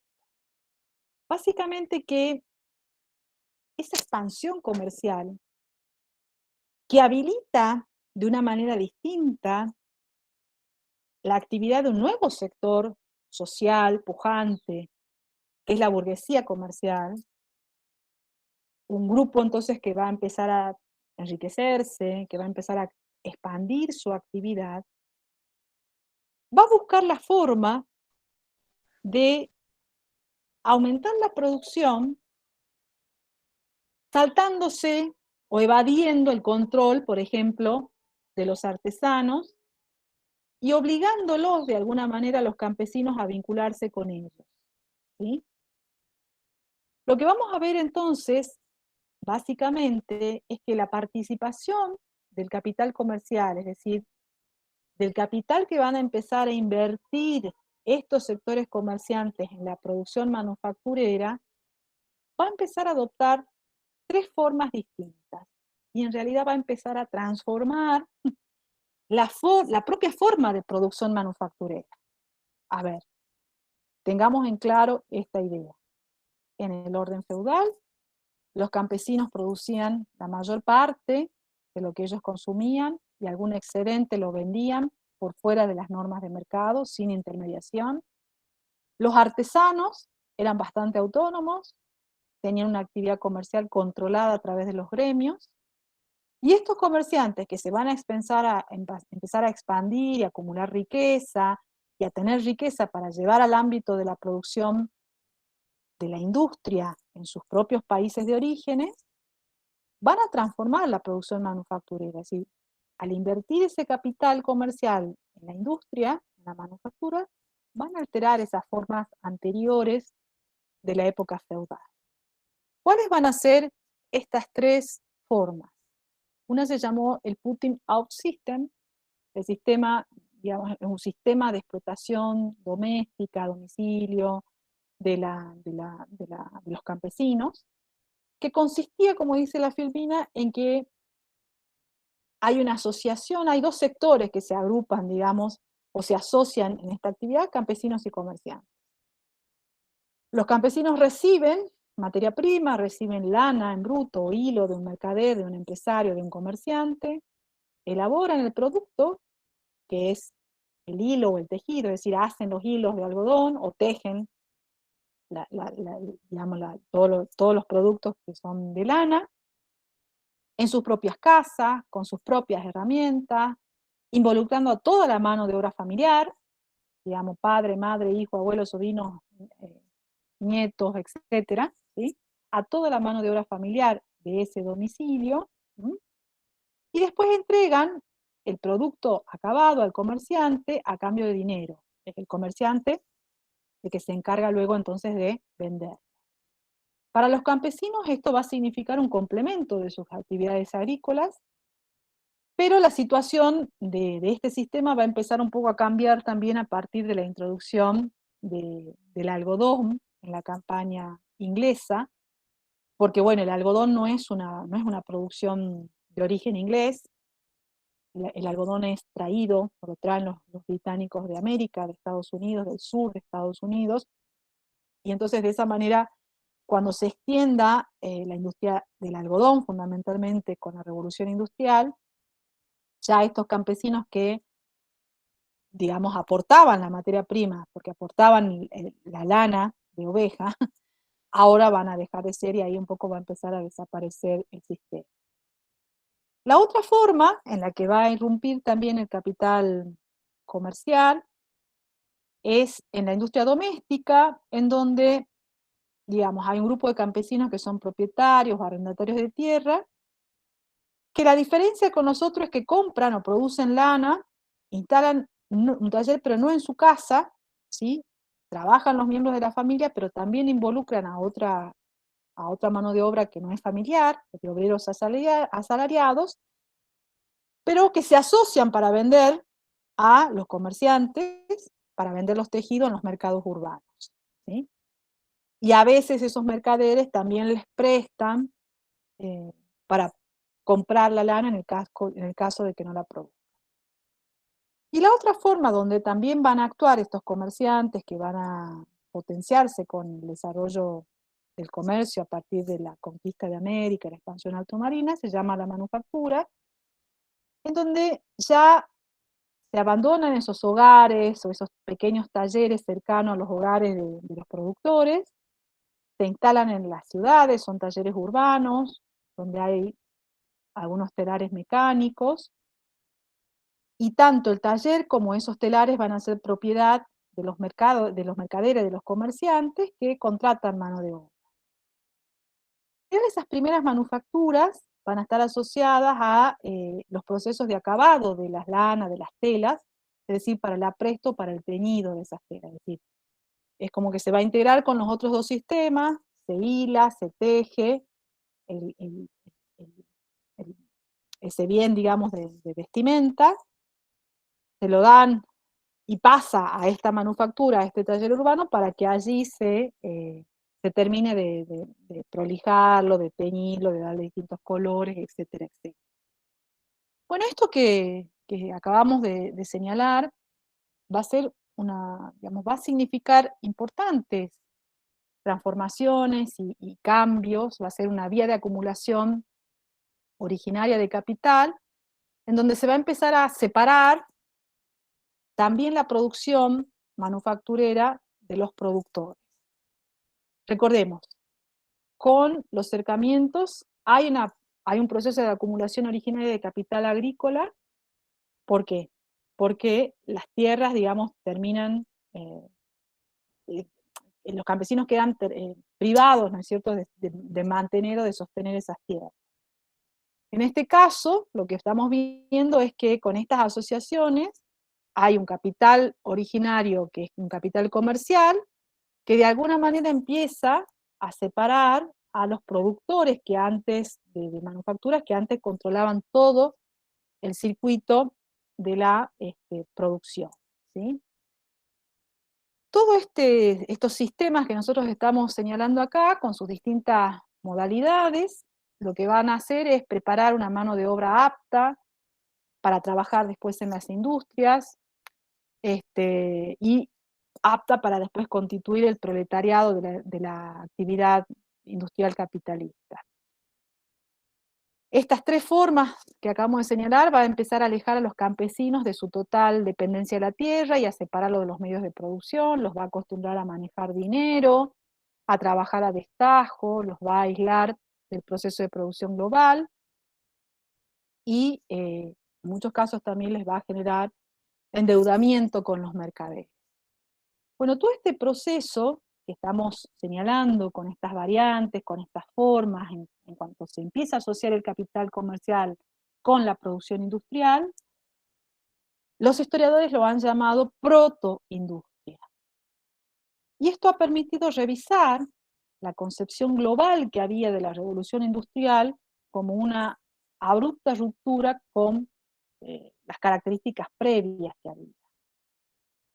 Cuando se empezó a considerar la importancia de la protoindustria, es que comenzaron a reconocerse dos visiones sobre la revolución industrial que podemos identificar como gradualistas y rupturistas, ¿sí? Entonces, a ver si ha quedado claro este punto, y pasaríamos al siguiente, que es justamente explicar estas visiones, estas interpretaciones, ¿sí?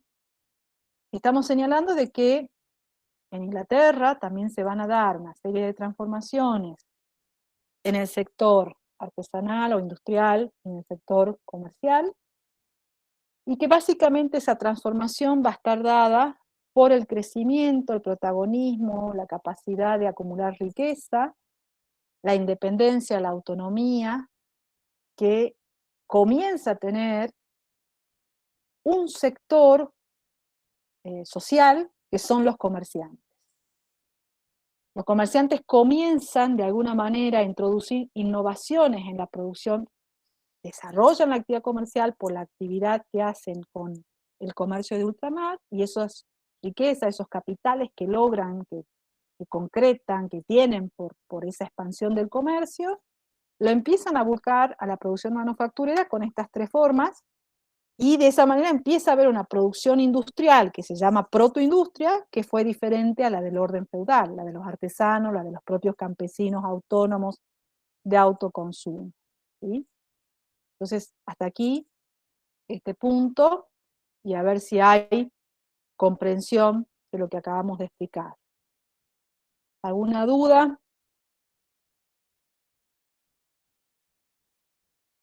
nos fijemos que nos habíamos propuesto, y volvemos un poquito el orden, ¿no? Inglaterra y la primera revolución industrial, precondiciones, hemos hablado de las condiciones en el campo y hemos hablado de las condiciones que empiezan a darse en la industria y el comercio. Y hemos dejado Profe, planteado, ¿sí? Diga. para Escucho. aclarar, digamos, o sea, Sí. el cercamiento de las tierras, eso hizo que, Ujú. digamos, los campesinos queden sin propiedad, por así decirlo, digamos, necesiten vivir del trabajo, por así decirlo. Exactamente, claro, Ah, digamos, bien. no eran propiedad, en todos los casos lo que había era una posesión de antaño, que no la pueden legitimizar y por lo tanto después no la pueden cercar, o sea, no pueden decir esto es mío, hay que tener títulos para decir esto es mío, no lo tienen, y pierden el dominio de esas tierras que les permitía a ellos hasta ese momento mantenerse autónomos, independientes, porque ahí, en esa parcelita de tierra, que era parcelita, no mayor a 1 hectárea, tenían la gallinita, sembraban el trigo, después la cebada, criaban la ovejita por la cual sacaban la lana, etcétera, etcétera. Y que los hacía autónomos, ajenos al mercado. Vivían con eso, con lo que ellos producían. Muy poquitas cosas los ligaban por compras de muy pocos bienes al mercado. Tampoco había demasiada oferta que los bienes primarios. Hablamos de una etapa socioeconómica donde los bienes de consumo que tenemos a disposición hoy en día no existían, obviamente, ¿sí? Para nada. Los bienes de consumo eran eso, de los bienes básicos, prescindibles para la preservación de la humanidad, digamos, sea alimento, vestimenta, vivienda, básicamente, y luego no había oferta de otros productos, ni siquiera de los de salud, porque tampoco estaba, digamos, desarrollada la salud, la medicina, no había medicamentos, no había vacuna, no había nada. Entonces eran esos bienes primarios. Luego, por supuesto, que había un sector rico, digamos, tanto comerciantes como los terratenientes, los señores feudales, los que vivían en las ciudades, que accedían a otros bienes de consumo, pero eran bienes de lujo y que eran generalmente traídos, no producidos localmente, sino que eran los que se traían del comercio del lejano oriente. Ya vamos a hablar un poquito eso de cómo estaban vinculados los comerciantes a los distintos circuitos comerciales, pero que eran las porcelanas, las sedas, digamos, no eran bienes imprescindibles. ¿Queda claro entonces, Matías? ¿Sí? Sí, profe, sí. Bueno, bien, perfecto. Entonces, Gracias. siguiendo nuestro ordenamiento, vamos a ir a esto que ya hemos dejado planteado, que a partir de reconocer el fenómeno de la protoindustrialización, han empezado a surgir distintas interpretaciones sobre la revolución industrial, ¿sí? Bueno, a ver, la primera revolución industrial, como venimos diciendo desde que casi comenzó la clase, se va a gestar en Inglaterra entre las décadas de 1760 y 1830. Si nos preguntamos cuándo exactamente, uno puede decir, bueno, hay algunos años así significativos, como 1769, que es cuando Jane Watt patentó la primera máquina a vapor. Si ustedes quieren, pueden decir, bueno, acá hay un registro con fecha, día y fecha y año, que puede marcarnos el comienzo de la revolución industrial, pero en realidad la revolución industrial, al contrario de lo que pueden ser las revoluciones políticas, no se pueden fechar en un año concreto, ni siquiera en una década. Son procesos de más largo plazo. Y esto nos permite pensar que frente a la interpretación tradicional, que explicaba la revolución industrial como un proceso discontinuo y rápido, ¿qué significa esto? Bueno, que irrumpió de un momento para otro y que ese cambio se dio en la década de 1760, la revisión, digo, esa interpretación tradicional ha sido revisada por otra tesis que se llaman los gradualistas, ¿no? Que dicen que en realidad la industrialización fue un proceso dilatado, es decir, extendido en el tiempo, ¿no? Con importantes cambios técnicos y organizativos y un notable crecimiento en algunas industrias como el carbón, el algodón, el carbón y la siderúrgica, y también la industrial, pero quizás desde un poco antes, si ustedes quieren, desde 1760. ¿Sí? Entonces, el arranque de la revolución industrial va a tener lugar en Gran Bretaña hacia 1760, pero según esta tesis gradualista venía incubándose desde mucho antes, ¿sí?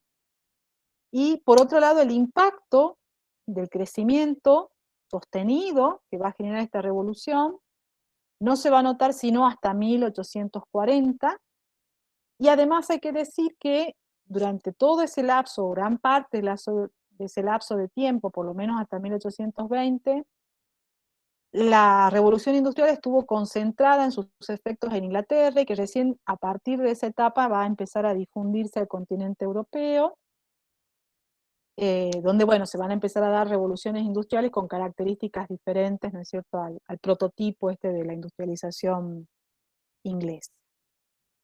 Bueno, revisando entonces estas dos posturas o estas dos interpretaciones, lo que se llama la tesis rupturista de la revolución industrial y la tesis gradualista de la revolución industrial, la primera se asocia con una visión tradicional que considera la revolución industrial como un proceso rápido, gestado a partir de innovaciones productivas, y que habría motivado el abrupto fin, es decir, de forma abrupta, ¿sí?, lo que era la economía rural basada en prácticas rutinarias de la época feudal, ¿sí?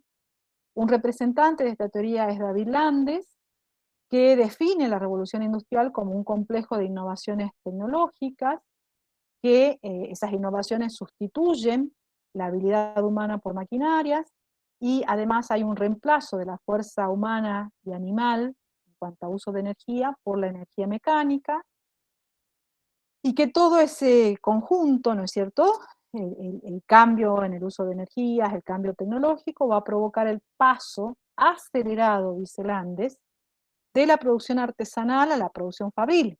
Es decir, fíjense que no contempla ese ciclo intermedio de protoindustrialización, es decir, esas innovaciones hace que se pase de la producción artesanal a la producción fabril, gestando el nacimiento de la economía moderna. Para este autor, la aplicación de la energía inanimada, es decir, la energía del vapor, y las mejoras en la obtención de materias primas aplicadas sobre todo a la industria metalúrgica y a la química, jugaron un papel decisivo. Y por eso, digamos, en términos de Landes, el proceso se inicia en Inglaterra en el siglo XVIII, pero se habría ido difundiendo al resto de Europa y otras regiones del planeta, transformando, según su consideración, en menos de 2 generaciones, la vida del hombre occidental, la naturaleza de la sociedad y sus relaciones con los demás pueblos del mundo, ¿sí?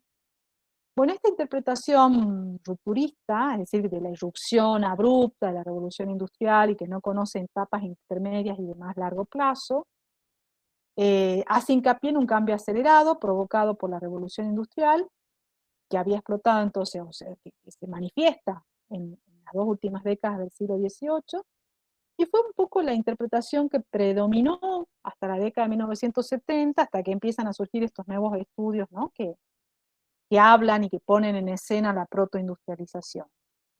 Una de las obras básicas que sostienen también la teoría es la del economista Rostow, en su obra clásica que se llama Las etapas del crecimiento económico, las etapas del crecimiento económico histórico, perdón, en la que él dice que el crecimiento económico se comporta, digamos, con una sucesión de fases, ¿no?, que van posibilitando la transición hacia una sociedad industrial.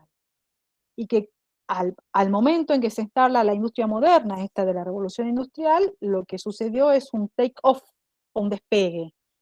El término take-off o despegue se asocia, digamos, a la imagen visual de cuando despega un avión, es decir, porque viene en una recta y de repente, en vertical, produce esas transformaciones, ¿no? Por eso Rostow habla del take-off, y eso estaba constituida por un lapso breve durante el cual se producen estas grandes transformaciones en la estructura productiva y en las transformaciones también en la sociedad previa, las que hemos descrito del orden feudal. Para la tesis gradualista, es lo que van a hacer o lo que van a introducir estas tesis es una matización, una relativización del concepto de revolución industrial como una fase de brutal aceleración en el cambio económico, porque lo que hacen es comprobar, ¿no es cierto?, la existencia de procesos que son más, que se manifiestan desde antes, que se manifiestan y que se comportan, digamos, en sus manifestaciones en plazos más largos, ¿no? No tan de repente, procesos de duración más prolongada, y que no expresaba una unidad, sino profunda diversidad en su desarrollo. ¿Qué quieren decir con esto los gradualistas? Y bueno, que esas transformaciones se dan a muy largo plazo, lentamente, pero que además involucran algunos sectores de la actividad económica o de la producción y otros sectores prácticamente ni los toca, o sea, que en un momento conviven por ahí elementos de vanguardia que se han transformado con elementos del orden anterior que persisten. Eso se quiere significar cuando se dice que la revolución industrial no expresaba una unidad, sino una gran diversidad en su desarrollo. De hecho, lo que señalan los gradualistas que es que, bueno, que los cambios se experimentaron en determinados sectores de la actividad económica, principalmente en la actividad textil, digamos, la industria de la vestimenta, si ustedes quieren. Y que los otros sectores de la actividad económica no se vieron directamente involucrados, sino que los cambios se van a dar a posteriori de que se revolucione la actividad en el sector de la producción de vestimenta, en el sector textil. Acá tenemos como representante a Williamson, me falta la N, Kraft y Harley, ¿no es cierto? Y bueno, ellos aplican una serie de métodos cuantitativos a distintas actividades económicas justamente para explicar esa divergente ritmo de cambios en los sectores de la actividad económica, ¿sí? Y demuestran que el cambio operado a partir de 1780 fue más lento de lo que se suponía con las visiones tradicionales, ¿sí? Ellos dicen, bueno, que la producción de algodón y hierro habían manifestado cambios de crecimientos importantes, pero otros segmentos de la actividad económica retroceden, incluso en el mismo momento en que se están dando la aceleración en el sector del algodonero y el del hierro, ¿sí? Entonces, es esta vertiente, la vertiente gradualista, la que introduce o propone el concepto de proto-industrialización que estamos usando nosotros, para destacar la complejidad, la coexistencia y variedad de formas productivas simultáneas. Esa es la primera idea que introduce la protoindustrialización. Es complejo, no fue un proceso lineal, hay coexistencia y variedad de formas productivas, algunas de avanzadas, algunas modificadas, con otras que retroceden y que siguen apegadas a las pautas tradicionales de producción, que permiten combinar la producción fabril con actividades tradicionales desarrolladas en el ámbito doméstico y rural. Estos actores consiguieron demostrar la existencia de una prolongada etapa industrial caracterizada por el trabajo domiciliario que preexistió, que hemos descrito recién, los sistemas estos de producción manufacturera industrial, ¿no? Lo que hemos hablado como el sistema de producción a domicilio, pero que no desapareció, sino que resultó complementaria de los tramos iniciales del sistema fabril. Entonces, sobre lo que hoy hay más consenso es que la transformación productiva fue más paulatina y el origen se remonta a más o menos la década de 1750, es decir, a mediados del siglo XVIII. Bueno, yo tenía previsto desarrollar un puntito más, pero son las 19:42, llevamos ya 3 horas reunidos. No sé si ha quedado claro, entonces, cómo hay estas diferentes interpretaciones, tradicional, gradualista, y cómo la gradualista es una interpretación que de alguna manera queda vinculada, ¿no es cierto?, a lo que algunos autores han reconocido y han establecido como el proceso de proto-industrialización. Bueno, en conclusión, lo que hemos desarrollado en la clase de hoy es tratar de entender la importancia de este fenómeno que se llama primera revolución industrial, qué transformaciones ha provocado, y hemos tratado de explicar, de alguna manera, por qué se dio en Inglaterra, por qué sucedió en Inglaterra. Nos quedan algunos apartados todavía que vamos a desarrollar la clase que viene, ya voy a evaluar, porque no sé, bueno, quizás la recorte un poquito al temario de la clase que viene, que igual no tiene clase de apoyatura de texto, digamos, para clase práctica, pero bueno, ya lo voy a reorganizar, ¿sí? Sé que estamos todos cansados, yo estoy cansada ya, y no tiene mucho sentido empezar con el otro punto, que es mercados y consumos, que explica de alguna manera cómo se produce una economía de mercantilización y cómo fue necesario fomentar el consumo para que se desarrolle la industria, y después las características, algunas características de esta fase de industrialización y el tema de los ferrocarriles. Nos han quedado en el tintero. Bueno, ¿cómo se han sentido? No les puedo ver las caras, están todos sin que los pueda observar. Eso es uno de los desafíos, me parece, más tediosos de la virtualidad. Al término de una clase yo puedo observar cuál ha sido el clima, y acá no sé en qué quedaron, pero bueno, espero que se haya comprendido lo que se intentó explicar.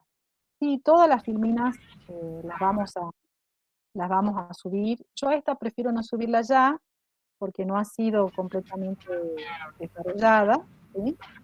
O sea, nosotros tenemos que terminar el tema, y ustedes de hecho lo van a profundizar también en la clase teórica de la semana que viene. Como la semana que viene lo vamos a terminar, ahí se las voy a subir, pero todo el material que se utilice como soporte de las clases teóricas lo van a tener a disposición en el aula virtual. ¿Alguna otra cuestión? Profe, le hago una consulta. Lo que es el material bibliográfico para esta unidad, para lo que estamos viendo, digamos, es lo que está subido, porque ahí hacía mención en el aula virtual a una imagen, un video que está en YouTube, y después un material bibliográfico que creo que es de 30 páginas, algo así puede ser. Sí, yo todavía no he tenido vocación, de entrar a ver cómo diseñó el aula virtual la profesora Mirta Gutiérrez. Lo voy a hacer hasta la semana que viene. Digamos, lo que yo sé es que se iba a subir toda la bibliografía, probablemente ella lo acompañó, como para que ustedes puedan recrear un poco más el desarrollo de la unidad con algún video y eso que estaba previsto que lo haga. Yo todavía no sé qué es lo que subió, ¿no? No lo vi, no tuve ocasión de verlo, porque no tuve tiempo de verlo, pero lo voy a hacer para la semana que viene. Y los textos en los que yo me he basado fundamentalmente, aunque por supuesto ha habido por ahí metido algunas otras cosas de otra bibliografía, pero que no es necesario que ustedes la consulten, son dos textos de dos autores distintos.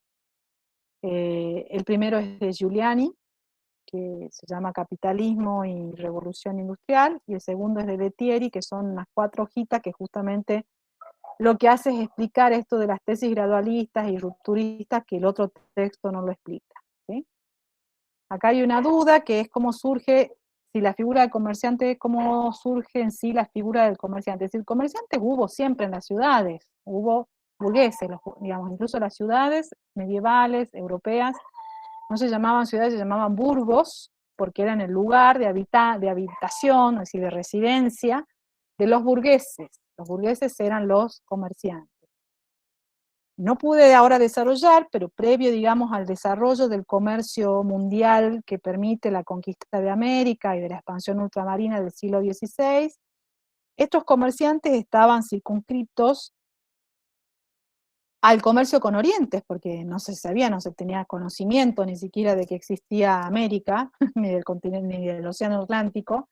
Entonces ellos comerciaban básicamente con el Oriente, con Asia, y el norte de África, porque tampoco sabían dónde terminaba África, o sea, no la habían bordeado nunca, no la habían navegado nunca, y entonces el orden de su conocimiento era Asia y todo el mundo mediterráneo, es decir, todas las costas, todas las zonas que bordean el mar Mediterráneo. Lo vamos a ver con un mapa la semana que viene, porque sin querer ya saqué el power, ¿sí? Bueno. Esos comerciantes ya existían en la Edad Media, es decir, en este orden feudal que yo les marqué, donde estaban los campesinos, donde estaban estos artesanos que producían bienes manufacturados, pero con todas esas características que les dije, estaban los comerciantes que realizaban ese comercio, que era un comercio prácticamente de lujo.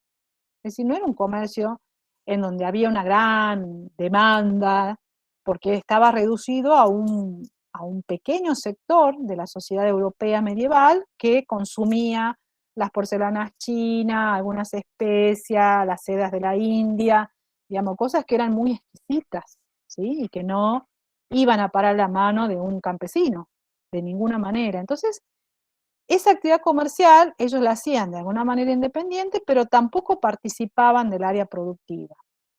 ¿Qué es lo que va a pasar? Cuando esos mismos sectores comerciantes expanden su actividad comercial porque hay una expansión geográfica del comercio, porque se incorpora América, porque se incorpora África en ese comercio, ven acrecentadas sus riquezas y ven la necesidad de ¿qué? De producir algunos bienes nuevos que se están demandando en esos nuevos mercados, como por ejemplo textiles, ¿sí? Textiles que no había había alguna producción, pero no absoluta en América. Entonces ahí es donde ellos dicen, bueno, a ver, esta plata que tengo ganada en este comercio, la tengo que invertir en la actividad de producción manufacturera e industrial. Pero no lo puedo hacer en la ciudad, porque en la ciudad están los artesanos con ese sistema rígido que tienen de los gremios, y entonces se inventa esta forma de asociarse con la mano de obra campesina, que además la empieza a necesitar como una fuente alternativa de ingresos, porque empiezan a estar en una situación cada vez de, digamos, de mayor empobrecimiento, de mayor pauperización, y entonces ahí se empiezan a asociar con estos sistemas domésticos. Ellos aportan el capital, en el caso del Berland System Out, digamos, lo que hacen es aportarle el capital a los campesinos, y los campesinos, con su propia herramienta, con su propia lana, producen el bien y se lo venden a este comerciante, que después es el encargado de volver a ganar más plata con la circulación de ese bien en esos mercados en expansión, ¿sí? Entonces, esa figura del comerciante, como me preguntás, ya existía de la Edad Media, pero lo que pasa es que se reconvierte, si vos querés llamarle de alguna manera, a partir del siglo XVI y a partir de que empieza a participar en la producción manufacturera. La producción manufacturera de la industria doméstica, esta que hablamos de la protoindustria, que es previa a que surja el sistema de la fábrica moderna, ¿sí? Está desconcentrada, se hace en las casas de los domicilios de los campesinos. No hay, digamos, mayor proceso de proletarización, hay asalariamiento porque en realidad el campesino le vende su bien, digamos, su bien producido al comerciante, y después lo revenden en los mercados externos, pero eso, digamos, desconcentra y cambia las pautas de actividad industrial que había hasta ese entonces. Por eso es la importancia. Y la figura que introduce esas modificaciones es el comerciante. Es él el que pone la plata para que se empiecen a dar esas transformaciones. ¿Queda claro, Mario, o más o menos claro ahora? Perfecto. Bueno, ¿alguna otra pregunta?